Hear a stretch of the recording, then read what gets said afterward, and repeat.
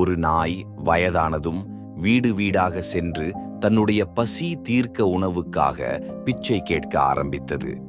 ஒரு நாள் ஒரு சிறிய பையன் அந்த நாயை பார்த்து தயவாக ஒரு ரொட்டி கொடுத்தான். நாய் அதை மிகுந்த சந்தோஷத்துடன் வாங்கிக் கொண்டது. ஊறுநல் அந்த நாயின் கடைசி நாட்களில் அந்த பையனின் வீடு தீப்பிடித்தது. அனைவரும் வெளியே ஓடிக்கொண்டிருந்தனர். அந்த நாய் மட்டும் உள்ளே ஓடி தூங்கிக் கொண்டிருந்த அந்த பையனை வாயால் இழுத்து வெளியே கொண்டு வந்தது.